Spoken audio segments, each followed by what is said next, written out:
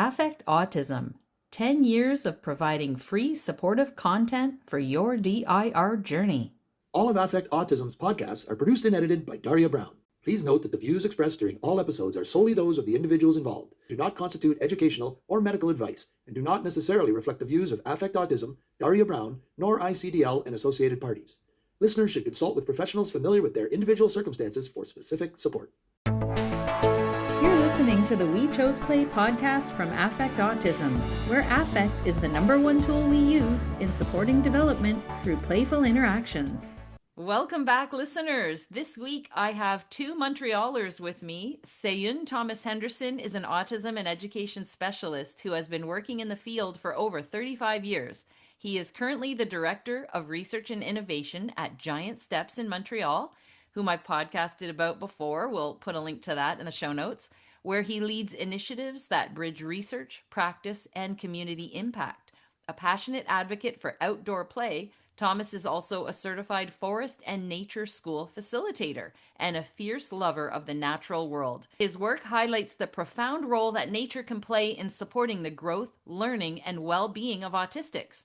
Alongside his professional work, he is a Zen monk, integrating reflective perspective into his advocacy for more inclusive, nature-connected, educational opportunities and spaces.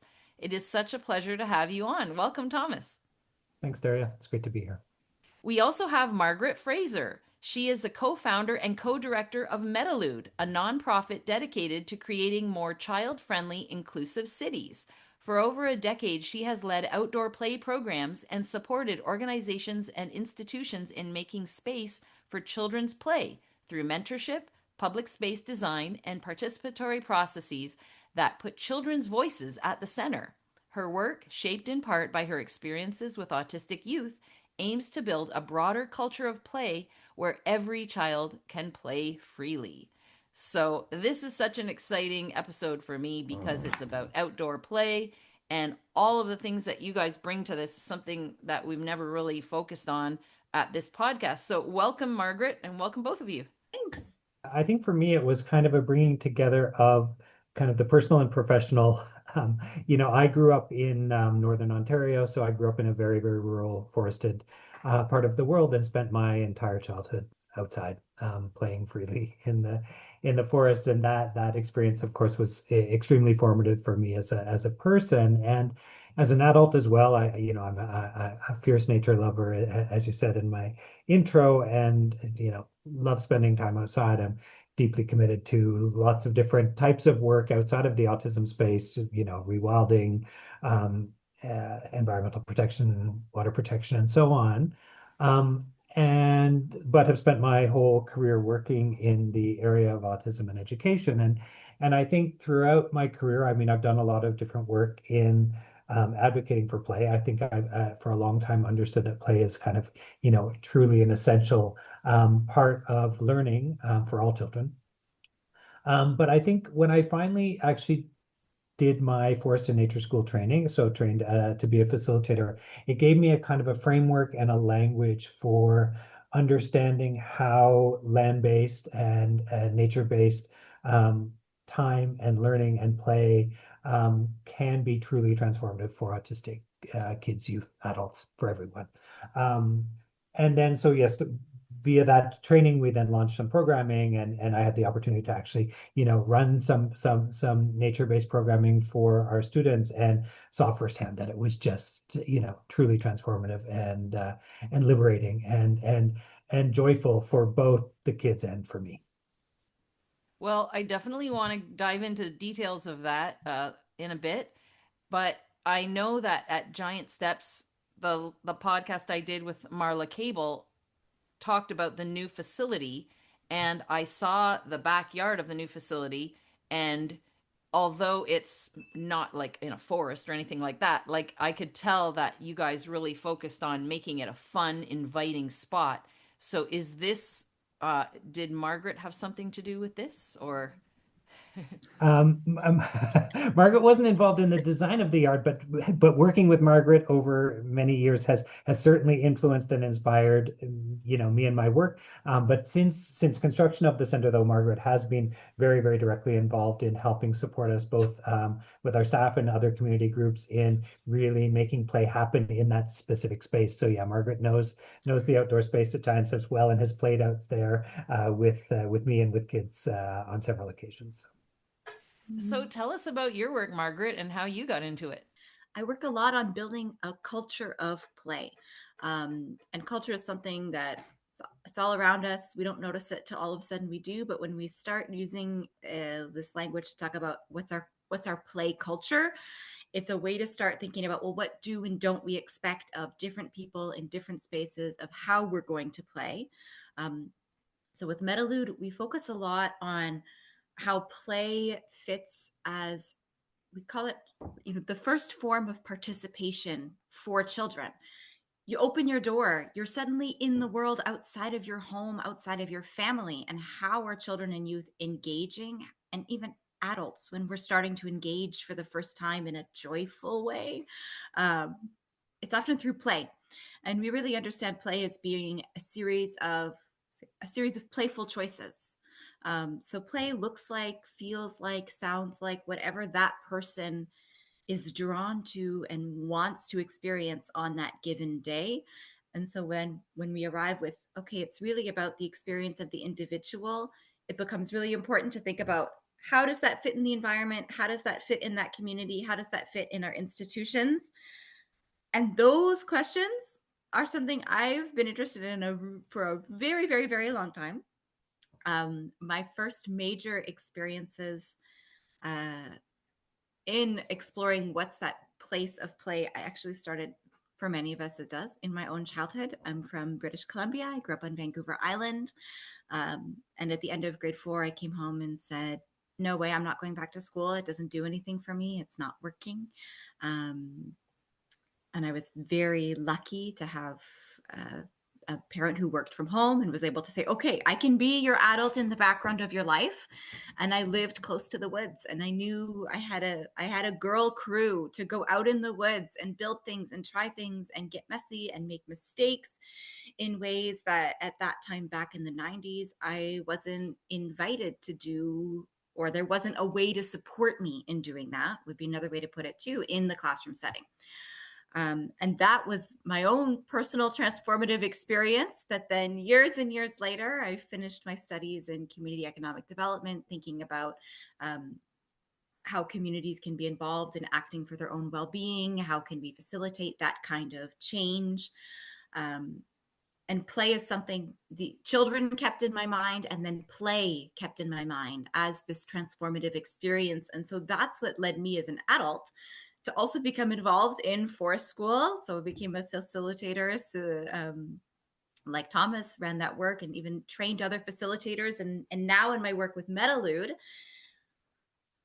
I'm able to speak directly and work directly with those institutions and municipalities that are laying that groundwork that humans jump into, to then, that's their springboard. That's where they start from. So in the context of Giant Steps, they have this great space, but a lot of people looking to support children and play, they don't have their own spaces to start from. So what are public spaces?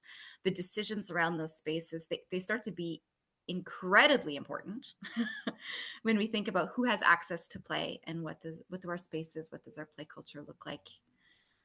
That's what gets me excited about play and gets me out of bed in the morning. What is the title Metalude? What is the origin of it? So Metalude, there's something called the play cycle. So sometimes we think play is an activity, play is doing the thing, but it's actually so much more than that. So in play, the first part of this cycle is called the Metalude, and it's the moment of contemplation and reverie where anything is possible. If you've ever seen someone, a kid at a playground, a person at an adult at a party, or a teenager at the cafeteria, all these moments where you just arrive and you just take a moment to look at what's around you and consider what's possible before you take that first step. So that's the part of that's the role of the adults. That's the role of the people who aren't playing in supporting play, is making sure that that Metalude is rich in possibilities and has diverse possibilities so that as many people as possible can take in what's around them and find something that speaks to them so that they can play in a way that feels good and that works for them and challenges them and meets their needs. So that's why we decided to call our organization Metalude, because we want to make that world rich in opportunity. I love it. I love it. So hearing you just say that last part makes me think that it connects so well with Thomas being a monk, a Zen monk, with the, the reflection of the contemplation and just that whole placing of, I mean, I know very little about what being a Zen monk involves, but I know what Thomas has told me. But how, I mean, maybe describe an experience that you did with students that really gives us an example of what Margaret just described. Sure, sure. On the Zen monk thing, I don't know so much about the contemplative kind of reflective piece, but certainly, showing up and being present in the moment and fully right here, right now in what we're doing is part of being a Zen monk, and I think connects very directly to authentic play and free play. And so I think it's important to also mention that the kind of play that Margaret and I are talking about, and I think you get a sense of that from what Margaret was saying when she was talking about Metalude and how individual it is we're really talking about truly free play. So where free is where the play is directed by the child or the person playing. And so in the autism space, that and certainly in schools that are providing services to kids on the spectrum, and even I would venture in families also, there's a tendency to maybe go in the opposite direction and kind of become prescriptive and trying to in an attempt to teach social skills and play skills and so on. You end up kind of making it very manual and trying to teach kids how to play. And play is again, it's something that the child decides themselves how and in what way they're going to play in the world, right? And I think autistics are actually very, very naturally inclined to play freely, but the opportunities are maybe not there for them to truly do that, right? So that was kind of I guess the kind of the foundations for what we were trying to do when we were bringing kids out. And we were doing our programming in an urban forest kind of setting, so in Angrignon Park in Montreal. And we did both summer camp programs as well as took classroom groups out. But maybe one example, a concrete example actually, regarding that piece was the very first camp group that I brought out. And we started with the older ones. So these guys were about 15 and up. So they were, teenagers and even young adults. And, most of them, I've known them for a very long time. And so the very first thing that we did when we arrived on our site and we kind of established our boundaries and so on, we said, okay, you've got an hour and a half to just explore and play. So as a way to kind of get to know the space that we were playing in and so on. And they all froze. And it was so obvious that they'd never been given that opportunity to just themselves go and explore and be free to play, and certainly not in a space like we were in. So that said, by the second day, they were fully out there exploring and playing. So, once they understood that they in fact had that freedom to do that, I think it was a really powerful experience for them. But it was a kind of an aha moment for me when I saw them kind of like get stuck and say, like, I don't know what you're asking me to do. I don't know what you're offering me here. So yeah.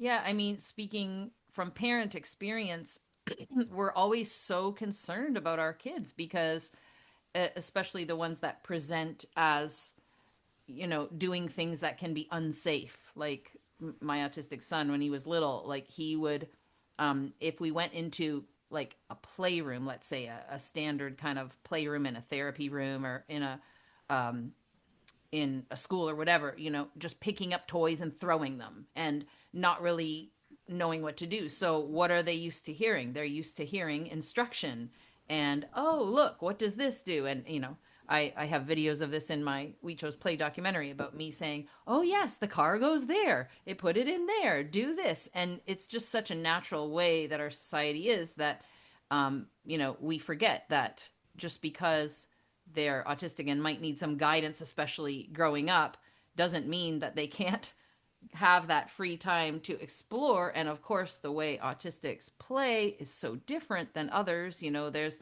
the stereotypical thing that I'll say, of course, which my son did, is lining up all the things in a row. Right now, he's 16. He likes to just put all of the Lego squares on a big Lego piece, his barcodes from all his Lego sets, one after another, color them with a marker. And it's just so soothing for him. And for him, that might be play, right? It's just time to relax and explore all the different things.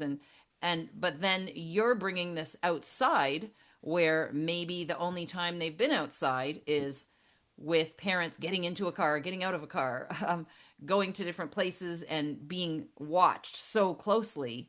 And so I imagine even if I brought my son to a big park and was like, here you go, he would probably look around too and say, what's going on? So what did the kids do on the second day, that when they were sort of frozen? What kind of things did they end up doing?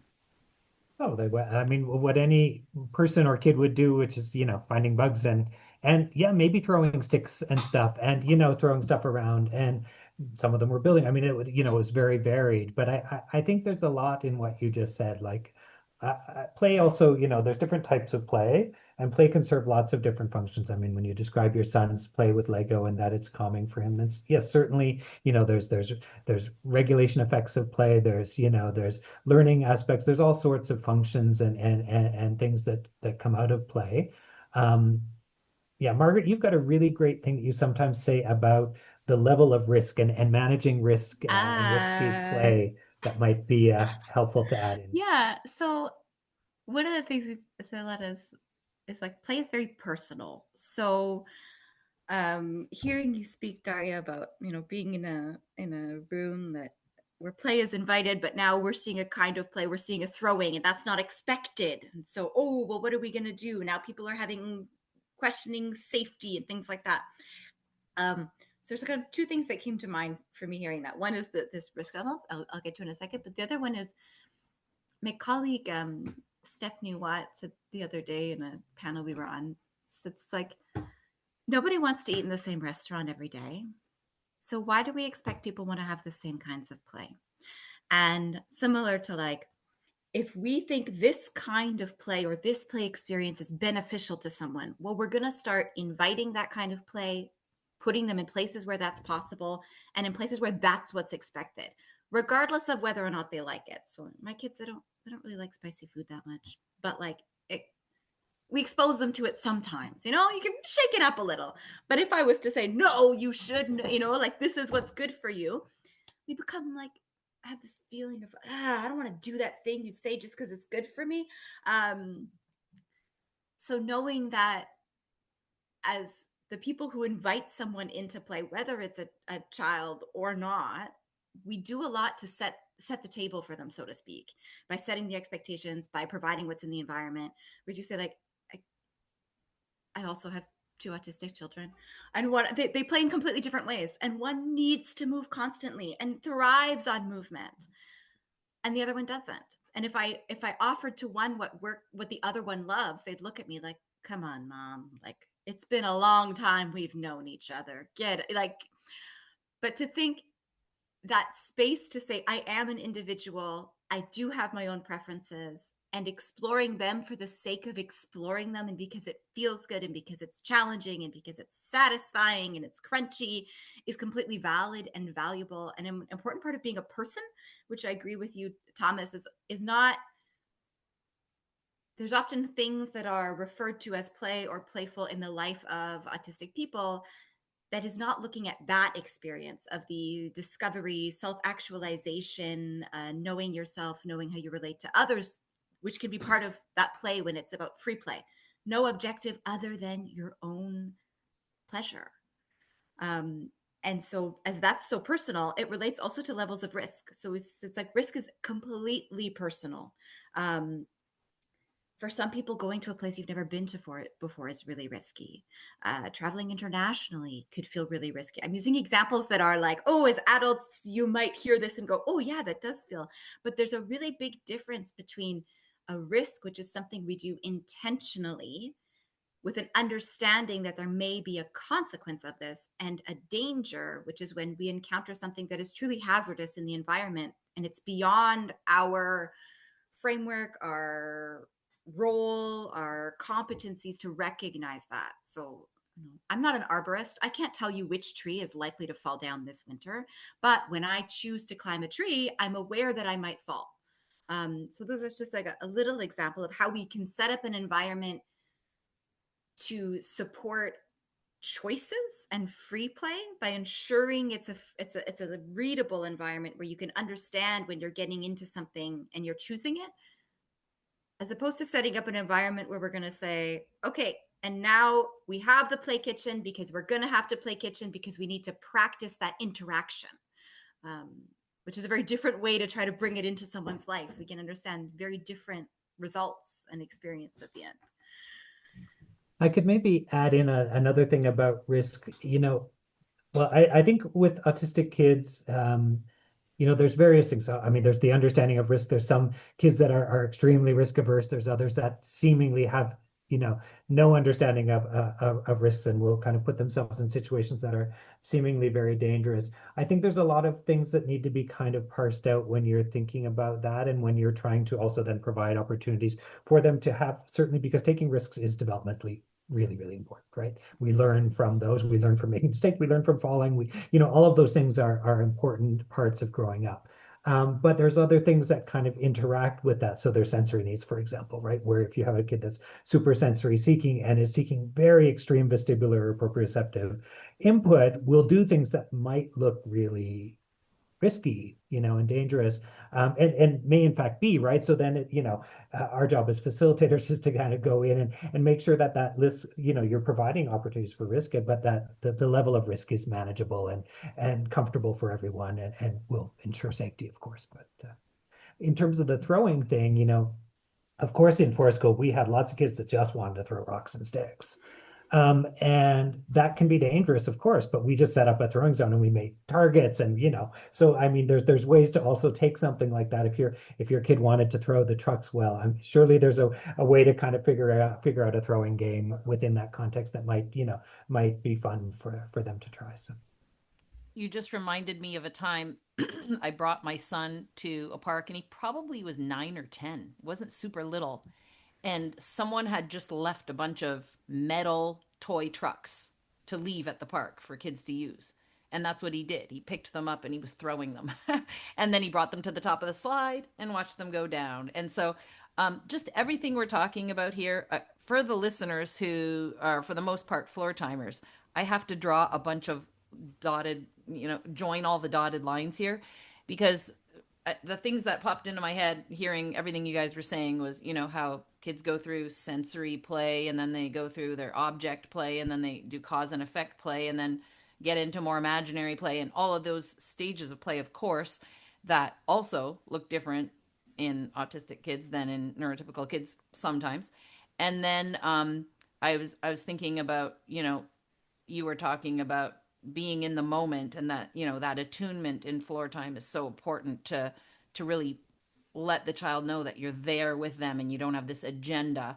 And then the risk piece, we always want to challenge and expand in floor time. So we're scaffolding where they are developmentally, but we're stretching them a little bit when they're in that comfort zone and regulated, so that we can stretch their learning a little bit. But most importantly, the stuff that Dr. Gordon Neufeld talks about, the developmental psychologist, he says, play has no consequences. It's in a bubble. You understand that when we're in this play bubble, anything is okay, and it's practice for real life. And so you guys both echoed those points as well. I did a podcast with him called Emotional Playgrounds or something like that, which I'll link to in the show notes. And just that whole piece about really allowing and inviting the child's ideas to come forward and following the child's lead, as we say in floor time, where you're really seeing what excites them, what lights them up, what makes them interested, and helping scaffold that. So if they like throwing, like my son was a thrower, he would throw 8,000 pine cones on top of the school roof. If you just stood there for 5 hours, he would just keep doing that. So like you said, setting up a zone where that's okay and let's have fun with it, and hey, give me a turn too, my turn, okay, and just having fun. And but the demands are low and giving them that chance to explore. So I don't know if me just rattling on all the floor time links there brought up any other things for you guys. But It makes me, for me, it makes me think of like, probably heard the idea of like just the importance of being able to mess around and find out. And play is so much about providing a space where you can mess around and find out. And hearing you speak, Daria, also about the, the desire to have opportunities for scaffolding development, and also knowing that it can look different. And so something that I find really powerful when supporting play with autistic children and youth, that's my primary experience with this, is also this idea of when we're not instrumentalizing play for our adult goals or expectations, when we're not sitting at the playground saying, well, little Scotty did this at this age, then, and we're just able to be present and connect with those people and share that joy and that sense of wonder, then in those moments, we are also really pushing back against developmentalist frameworks that are saying children should look like this at this age. And if they don't, then something is wrong. We can say, no, it's actually just happening differently. And also, we're probably going to go 500 places you never imagined along the way, which can happen with autistic and neurotypical children. But as I feel you probably know, I have gone all kinds of places I never expected, in all kinds of ways and at rhythms I never expected. As someone who's had that wonderful experience of being able to support autistic play. I worked on a project with Metalude, and then we had a partner, the Centre d'écologie urbaine, the Center for Urban Ecology. We were funded by Montreal Physically Active, and we had as a project to help us see this global vision of play and how it shows up in our public spaces, called Vision 360. And Thomas was one of our advisory committee members. And we're bringing in these examples as we're trying to say, so, for people who work on these spaces, who invite play in that outside of the homes, what kinds of play exist that they need to know is important. And I remember Thomas bringing in this, when water, you can just watch it swirl. And isn't that amazing? You can watch it go down a drain. You can watch it. And these are things that if we're not able to just be present and exist in that wonder in the moment, we miss them and we forget to value them, which then has impacts on the people, that we're wanting to support. And then it has impacts on how we plan to support them. So that's, you said, did anything come up? I'm like, that's what's like, ooh, I've got the brewing, the bubbles going on hearing you speak. I've got a bunch also around that same thing. Like, I think, what you said, Margaret, is so true. And as education professionals, I mean, the urge to kind of go in and layer our frameworks and our thinking about where we're trying to bring these kids and so on onto whatever we're doing, and including play, is almost irresistible. And you see that, when I bring people that I work with out into forest school kind of settings, I mean, it's almost impossible for them to step back and actually let the kids truly play. I mean, it's almost irresistible to kind of jump in and try to structure it, right? But and I think we know and we see that developmentally in autism too, there's, the developmental pathways are highly atypical and can be, completely also kind of splintered, so that, you may have a kid that's doing highly imaginative play, but also need to just do stacking rings to kind of get themselves sorted out, right? So they may need very varied, kind of types of opportunities for play. So yeah, I think when we try to layer on those kind of frameworks where we're expecting them to go through a kind of a, along a specific path, we'll probably be surprised and probably eliminate opportunities for both, very complex play, but also the need for just, watching water swirl. So I think, being open to all different types and levels of play. I mean, not that there are levels of play, but when we're thinking about it developmentally, we might think about it in those ways. So I wonder if either of you have heard about or been to Holland Bloorview Kids Rehabilitation Hospital in Toronto. Do you know about it at all? I know about it. I know some things that they're doing in autism, but I'm not sure what you're referring Okay, to. because So they have this backyard. So my son spent 3 months there. I too, because I was sleeping next to him every night. We lived there for 3 months, and they have this incredible backyard. That's an outdoor space that I imagine both of you would love. And I want to share a clip of my son, and then I want to see what you guys say about it. Is that okay? Okay. sure. Yeah. So I'm playing this clip from my Floor Time documentary that shows the type of things my son did when he was little. So he would run up and down the hallway. Okay, and let me show you here. Go to splash pads. He'd run around in the water. Absolutely loved splash pads, and probably still does. Okay. And then here's what I wanted to show you. So this is the backyard of Holland Bloorview Rehabilitation Hospital in Toronto. And my son is, for those listening on audio only, in a sandbox area, but it's a natural sandbox. It's sectioned off by plants and by a log, and he's just wandering around with pants and his diaper sticking out and no shirt. You see his little belly sticking out. Now he's wandered away from the sandbox. He found a stick. He's gonna throw it. Oh, nope, he's still holding it. He's looking around. What's over here? Wandering through the yard. Oh, I see a sewer. I'm gonna stick that stick right into that sewer. And he's exploring. So I didn't even think of this until you guys started talking about it, and I remembered this video. They have this wonderful outdoor space that has a lot of aspects of nature and not a lot of prescribed type of things, although over in the corner they do have a, what do you call it, jungle gym play thing or whatever.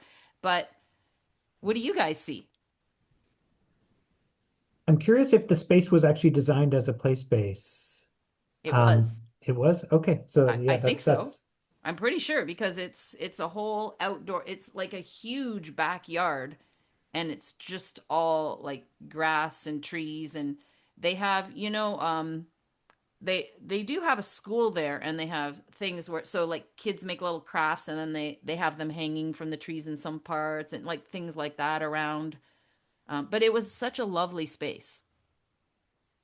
Yeah, it looks really great. I mean, it looks like the perfect kind of play space to have, Margaret and I talk a lot about loose parts plays. So like the ability to have access to just sticks and natural elements that you can use in environments like that, which often in school play spaces aren't necessarily readily available. I mean, it's usually just the built modules, and that's more or less it. So yeah, Margaret, I don't know if you have any Yeah, like when to I add to was that. watching it, you asked her, like, what do you see? And so I was like, like exploring, but also like there's a certain kind of agency that kind of landscape and environment can offer. And part of it is, sort of two things that come to mind. When I see the amount of sand there, I'm like, there's no scarcity. There's no, make sure there's room for everyone. There's no, don't take all of the sand at once. Like, there's plenty here. And so there's plenty of sand, there's plenty of space, there's plenty of sticks. And so this abundance in that landscape can also then impact how the adults around that child, like, well, your son, interact with its elements. Because I know there's more sand, I'm not worried about what you do with it. Because I know there's more sticks, then yeah, go ahead, throw it down the sewer. So one of the things when we talk about, I meant such as loose parts, sometimes as adults who are looking to make environments or set up materials for play, due to the way budgets work, due to the amount of time we have, we may be looking for something that is like the thing that's going to support the play, and or the big purchase, the big investment. And what I've seen is actually like the more we pour money into one specific thing, the more invested we are as people in that thing being important, which means we really want people to be interested in it and care about it and play with it. And we get really worried if they start doing something unexpected, because what if it breaks? So that's why I see these kinds of environments where even the fact that, Thomas, you could say like, was it intended for play? Who knows? But like, you know, we can ask those questions at first glance, and the fact that we think, okay, I could mess around here, means that then a whole new world of possibilities opens up in a way that exploring sand in a sand bin inside a classroom where we know it needs to be kept in this space. We know there's maybe 15, 20 other children who are also going to run their fingers through it. So make sure you don't do it this way. Make sure you wash your hands first. But we're just like, there's plenty, mess around. And there's not that pressure to be efficient or to be, language used in my house a lot is expected and unexpected behaviors. Nobody cares. Be unexpected. Go play. I was just going to say one thing in response to her scarcity comment.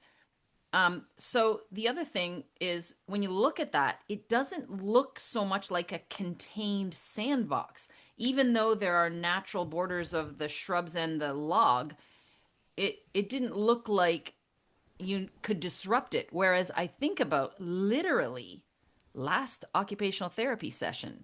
So this is like last week. In the backyard, it's in my son's occupational therapist's home. So we go around the house in through the backyard, and on the patio, she had some sandbox set up that had like plastic things that fold up. So what does my son do? The first thing he does when he walks out is he kicks it down to let all the sand out. And she's like, no, And I think about at the school he's at right now as well, they have a sandbox in the backyard. And what is the first thing he wants to do? Take all the sand and whip it out of the sandbox. Whereas that was such a natural, like built environment, or whatever.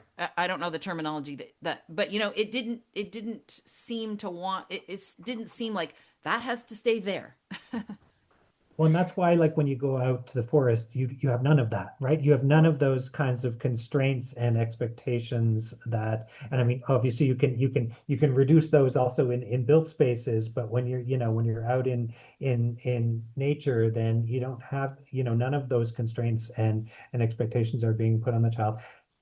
One of the things, I was on a panel yesterday about neuro-inclusive design of school spaces. For a group that's hoping to build a new center. And one of the things we ended up talking a lot about was this also a strong tendency in autism to attempt, and this is both inside and outside, I think that this ends up happening, tend to try to design spaces that are not overwhelming and in the end become like supremely information impoverished and just not rich. And so what I saw when I was looking at your kid was like, he was just, he was really discovering, right? I mean, okay, he went from the sand, he found the stick, then he saw off in the distance the grate for the sewer. So he ran towards that. I mean, that running towards is just such an essential part of like, oh my goodness, I'm like discovering the world right now, and follow me and I'll show you. And, you can join me in that. And that's all so fun, right? So yeah, it looked like a great space to play in for sure.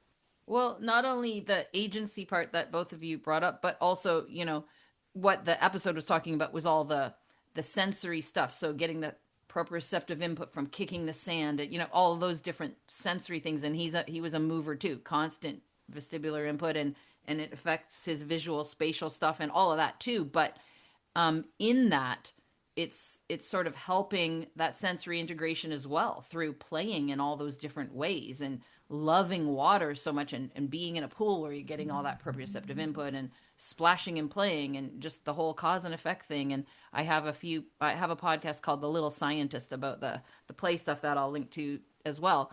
But I wondered, like, when you were describing a bit back, Margaret, you said something about I was wanting to hear you give a specific example of the type of thing you were describing. So you were starting to say the kind of thing that you're interested in for the kids, and then all I could think of, and I can't remember exactly how you worded it, but all I could think of is, can you give us a specific example of, like, let's take one day and what's the space and what are the expectations and what are the, whatever, and what does it look like? Now, I know there's infinite possibilities for that, but I'd love another example. Yeah. Let me think. So before starting Metalude, right, all my work here is informed by work I did facilitating directly with kids as well in forest school and free play programs. And similar to Thomas, we've worked outside in public spaces. And what was specific to my practice at that time was working in like a former, it's like a space being revitalized. It's an old railway yard. People had a perception of it as being like an abandoned lot at one point, and then lots of community involvement leading it to greening and greening and greening. But then to find the things in that space that would become particularly inviting and find ways to engage with it. So it's a space managed by a community organization, and with a desire to protect biodiversity in a certain way. So you can imagine a bunch of kids coming to play, similar to your son. He sees the sand, you want to take it, you want to move it. Oh my gosh, there's so many flowers. I'm going to make soup. I'm going to make potions. And then saying, yes, that experience, that impulse is really valid. And how are we going to invite it in a way that recognizes there actually is a bit of scarcity on these little flowers trying to grow here, and we're not the only ones here. So that support it and welcoming the play and being able to reframe. So something we ended up doing is having all the adults learn how to recognize ragweed in the environment so that we could support the kids in recognizing ragweed. It's a plant that grows all over here and contributes majorly to allergies later in the season. But if you pick it earlier, well, it's not there, it's helpful to others, and you can make as many soups as you want, and it's actually helpful. So something that would often happen is kids, they meet, they gather, we do our little hello, good morning, not like it's circle time, but just like, hey guys, how are you arriving today? Because I want to know that, so I know how we're going to show up, and you want to know that, so you know if there's anything different to expect. And then let's go play, and really quickly having it get into noticing what's around you. As Thomas was describing, running off to find the thing. And the ragweed would come up a lot. So that's like a concrete example of something in the environment that maybe definitely wasn't put there intentionally by people, and definitely wasn't put there with the intention of supporting play. But we're able to integrate it and say, all right, ragweed soups for days and days and days. I'm always hungry for it. I'll always have it. You want to turn it into something else? You want to make paste? You want to use it to feed snails? But children learning to recognize it and knowing ragweed, I got it. I can do anything I want with that. As an example of something that we'd see all the time. And then having community members learn from the kids how to identify ragweed and help pick it. You imagine someone passing by, walking their dog, comes and says, watch out though, don't pick the flowers. And the kids are able to be like, this isn't a flower, it's ragweed. You can pick it too. Like, come on. Those are the kinds of things. So when we would look at the spaces, thinking to ourselves, so how could kids are going to want to dig. Is there something here they can dig with? And if not, or if we need to say no to the specific digging because there's been planting there, can we say yes to digging somewhere else? Same with tree climbing. If this tree is not if this tree is sick or new or whatever, where can we say yes? Something I talk about a lot when I talk about inviting play into different environments and in programs is thinking about, as an adult, how can I make this a yes zone? There'll be things that are no that come up, but probably I can do a good job of anticipating some of them and either remove them from the environment, offer an alternative in the environment, or just be really clear about my expectations from the get-go so that we're not interrupted by the uncomfortable conversation or the crunchy bit. I don't have to get in. You just have to like play as this bubble. I don't want to have to pop it. I don't want to get in there in your process. I just want you to know that framework so that now you can do all your things within that. I'm still thinking about what you said about the sensory integration piece. I think it is important that, it's very clear to me that outdoors and nature in particular, natural spaces, wooded spaces, provide environments that are sensory regulating, that are much, much more effective than anything we could build, including Snozzland style sensory rooms and so on. Like, I think nature truly provides something that is regulating for everyone. And I mean, there's lots of science about that as well, that spending time outdoors and around trees is regulating for all people. And I think certainly for these kids and youth as well, it's particularly important. And one thing that's kind of thinking, as an educator that works in formal education, outdoor play and play in general, outdoor play and certainly access to nature are often almost seen as breaks or something that's other than the education that's happening. And I think it's also flipping that so that we realize, no, it's recess isn't a break from learning. Recess is rich learning, and time outside in playing is rich in learning. So I think, we need to kind of flip a little bit our thinking about what's happening when we're outdoors as well, because then, we don't value it in the same ways if we're seeing it just as a break from the important work, right? One thing I loved that you said, Margaret, was the impulsivity is valid when they're in play and they discover something, and just providing those opportunities for having free play without expectation, and facilitating for safety, of course. And there were so many more things. Like what kinds of things would you leave with parents, or and you just talked about Thomas, what to leave educators with, like, don't consider recess or play something extra. It's a vital part of keeping regulation happening throughout the day. And think about how much more regulated and energized your kids will be if they had some outdoor time, and then they have to sit down and do work. But any last things you want to leave families, parents, whoever? So I think it's really important for anyone who wants to support someone else's play to be able to take that moment for yourself and say, so how do I like to play? And when we, with risk as well, being like, so what is too risky for me? And because when we understand how we're arriving, it makes it a lot easier to catch ourselves being like, ooh, am I pushing because I like to take that risk? Am I afraid because I don't like to take that risk? Am I guiding my child to a specific kind of activity because actually I'm really tired and I just don't want to play tag, which is also very valid. But to be aware of how our own experiences and preferences and needs show up in when we say yes and when we say no. Yeah, again, you're speaking DIR language. We talk about parent self-regulation and, matching your sensory systems. And, I talk about all the time how I'm a scaredy cat. So when people call me Daria, I said, no, it is Daria. I'm not a daring person at all. I'm scared of everything. So that makes my play with my son be really critical, because I can be like, no, don't do that. Oh, don't climb that. Oh, watch out. I'll be that parent. So, having time with his dad to play was important, because dad wasn't as worried about that kind of stuff as I was.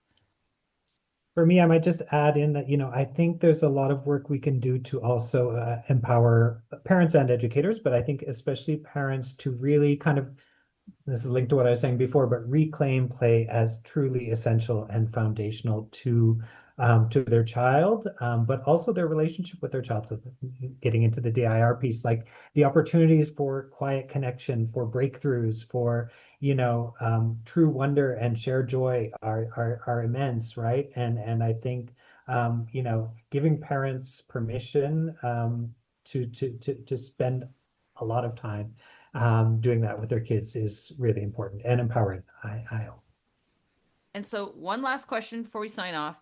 So I was at an intensive at a floor time clinic with my son and just outside of Philadelphia in the summer, and they were playing in the slime.